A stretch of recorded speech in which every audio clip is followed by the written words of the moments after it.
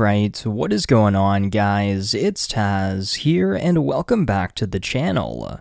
Another episode of Gotham Knights has come and gone with episode 7 titled Bad to Be Good, and with it I think I may have finally deciphered what the Court of Owls is truly planning. Episode 7 gave us another very solid entry for Gotham Knights' first season, diving even deeper into the mystery surrounding Talon and the Court of Owls, which all culminated in a very interesting stinger at the end. While things may have started off with somewhat of a slower pace, the episode really picked up in the back half, leading into one of the show's biggest reveals. Finally, all of these puzzle pieces that have been spread throughout the first half of the season are slowly coming together and potentially revealing the court's true intentions in Gotham City. So with that said guys, spoilers of course if you are not caught up with Gotham Knights, but with that out of the way, let's investigate ourselves right into this episode breakdown. There's a new art thief in Gotham, and the Knights are not so eager to step in to help at first. Still reeling from the Talon's brutal attack on Lincoln March, it's more important than ever for the Knights to get some answers on how exactly the Talon is still around and slicing, if as Turner puts it, is as old as the light bulb. Duella claims that she will be able to find some answers, setting up her little side mission team-up with Carrie throughout the episode. Touching base with Harvey, he's also still pretty shaken up after his encounter with the Talon, confused as to why he would go after Lincoln but spare him. Once again, this is hinting not just to Harvey but the audience as well that his two-faced personality must be in pretty deep with the court. On the topic of Harvey, however, his story for the majority of the episode is tied pretty closely with Rebecca March, as she is quite frightened by the whole Talon attack, but not for the reasons you might think. She is less worried about her husband Lincoln that was just stabbed, but more concerned about Harvey. Very interesting. Maybe this is hinting at the possibility of Rebecca working with the court as well, potentially trying to take Lincoln out of the equation, possibly to help Harvey win the mayoral race, which would be good for the court, but also to advance her personal interests, as we see later on in the episode. One big question that arises from the Talon attack is why did he go for a non-lethal blow on Lincoln when he could have just as easily have gone for the head as he has done in the past? Maybe the court has plans for Lincoln in the future, perhaps Owlman related. One of my favorite portions of the episode was the team-up between Duella and Carrie and their quest for answers about the Talon direct from the best source in town, his own daughter Eunice. And Duella may or may not have committed a small dose of kidnapping and torture in order to get those answers the team so desperately needs. Also think it's quite hilarious every time Duella refers to Carrie as Little Bird, mocking the whole Robin persona, but all in good fun. Pretty hilarious how Duella just drags Carrie into this interrogation. After a little bit of digging, the Knights discover a connection between the paintings being stolen and the Court of Owls.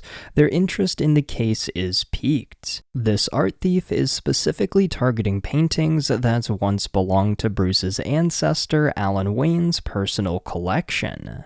And who else seems to be interested in the life of Alan Wayne? The Court of Owls. And with that, the only way to be certain about the connection between the missing paintings and the court is to solve the case. Roll credits with Turner mentioning that it looks like a job for the Gotham Knights. Before going out in the field, the team does a little bit of research on not just the case itself, but the expert detective the GCPD brought in to try and help catch this art thief. I did enjoy the references to some of Gotham's past criminals, with name drops of Magpie and Catwoman. The Penguin even got a name drop later on in the episode as well. It's great whenever the show focuses on world building, really trying to make this version of Gotham City feel alive and lived in. Swapping back over to Carrie and Duella as they play a little good cop bad cop, with Duella of course being the bad to Carrie's good. They try and get some answers from Eunice, who's still got a lot of fight in her about Papa Talon, who has been doing the court's bidding for over 100 years in Gotham. There's a great explanation from Eunice as to how her father ended up as the court's enforcer, also dropping the hint of some magical substance that he was imbued with, which has allowed him to not only live as long as he has, but also to cheat death on multiple occasions. Right when this magical life juice was mentioned, it started to get the gears turning on the theory engine as to what that substance was and what the court's involvement truly means. After Harper comes up empty-handed, trying to get any insight she can on the artwork being stolen, Stephanie finds one final painting from the collection that the thief would be targeting to complete the full set. With the target acquired, the Knights suit up in order to go catch themselves a good old classic art thief. While I'm sure most people won't think too much of it, I'm liking the slow progression the team is making towards maybe possibly potentially getting closer to comic-accurate suits. At least they've got proper masks this time around, and Turner even came prepared with this vintage top hat thing to complement his sword. Maybe not the most vigilante-looking outfit, but hey, it's a start. The team is able to catch the thief thanks to Turner's superb batarang throwing abilities, which must run in the family. Only downside is Harper caught a stray bullet, however she'll be fine as Stephanie is able to patch her up real quick. There's also a bit of a potential relationship setup between Harper and Stephanie as they share their love for how aesthetic scars can be, as well as the classic looking at each other in that CW drama type of way. You guys know what I mean. And it is quite obvious the direction these two are headed in, especially if you have seen the trailers for the back half of the season. Wasn't expecting it at first, but interested to see where it goes. Back to the art thief, it is revealed to be none other than, surprise surprise, the detective the GCPD brought in to catch them in the first place. Do you know an Obi-Wan Kenobi? Of course I know him. He's me. It is revealed that the reasoning behind the detective pulling off these heists is due to the court threatening her family if she does not collect these specific paintings for them, leading the Knights and the audience to believing they are even more important than originally suspected. So now it's up to Turner and Cullen to pull off the heist in order to keep the detective and her family out of the crosshairs of the courts. After another successful Gotham Knights heist and getaway, the team meets back up in the Belfry to discuss their findings. Duella informs Turner about the secret substance keeping the Talon alive, and Turner clues everyone else in on the scenario between the detective and the court. It was nice seeing two somewhat disconnected stories coming together here, complementing each other and culminating in the big standoff with the court towards the end of the episode.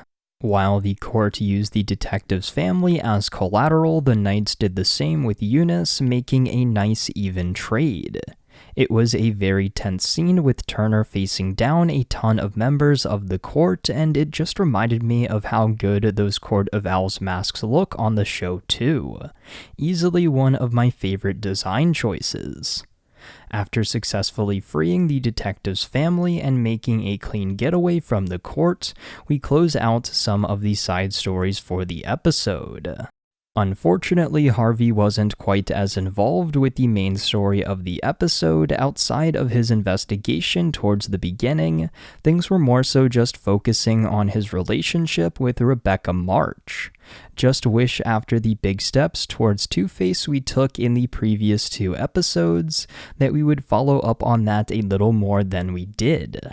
However, I'm sure we will get back to more of it as we progress further into the back half of the season here. I am still in the thought process, however, that Rebecca March is not to be trusted. Maybe she knows more about the court than she's letting on, and it's quite suspicious how she seemed a little put off by the fact that her husband survived the Talon's attack and woke up from his coma. Haven't quite figured it out yet, but something just feels off with this character, and Harvey may be in over his head by getting involved with her. Anyway, Misha Collins was looking less like Harvey Dent and more like Harvey Delts, am I right? Back over to the Knights, we get a funny interaction between Turner and Duella as he tells her that doing a good deed doesn't make her a good person, which she seemed appreciative of. And we also get one final fun interaction between Carrie and Duella, reminiscing on their adventures in lawbreaking. But this leads to another very interesting discovery hidden within Eunice's music box. There are photos of members of the Court of Owls gathered at secret parties which have seemingly spanned all throughout Gotham's history. This is setting up perfectly for next week's episode, which looks like another big one as the Knights will be going undercover and investigating one of the secret Court of Owls intimate get-togethers. But finally, as we close out the episode, we get some simultaneously cool and creepy Court of Owls music playing as we see Cressida paying Harvey a visit at his office, claiming that she can help him in his quest to take down the court because she knows what they are planning. As this is all happening, we see one of the members of the court, after assembling all of the Alan Wayne paintings, burn them to reveal a secret map hidden beneath, giving us simultaneously the largest reveal and what the what moment on the show so far. So what is the court truly planning? It took me a second for this whole end scene to properly process, but once it did, everything started to make sense. Going back to the reveal that the Talon is being kept alive thanks to some magical substance, it got me thinking. What magical liquid do we know of from throughout the DC universe that could be used in this scenario? That is water from the Lazarus pit. It's possible that the court had a sample of the waters from the Lazarus pit and used it to create the Talon. After discovering just how powerful it could be, allowing people to bypass death itself, the court made it their mission to find the source of these magical healing waters. That leads us to the Alan Wayne paintings, which were hiding a secret map underneath them, most likely a map of Gotham City leading directly to the source, a Lazarus pit. My theory is that the Court of Owls is searching for a secret Lazarus pit hidden somewhere in Gotham City, and the map provided by the paintings could very well be the key to finding it.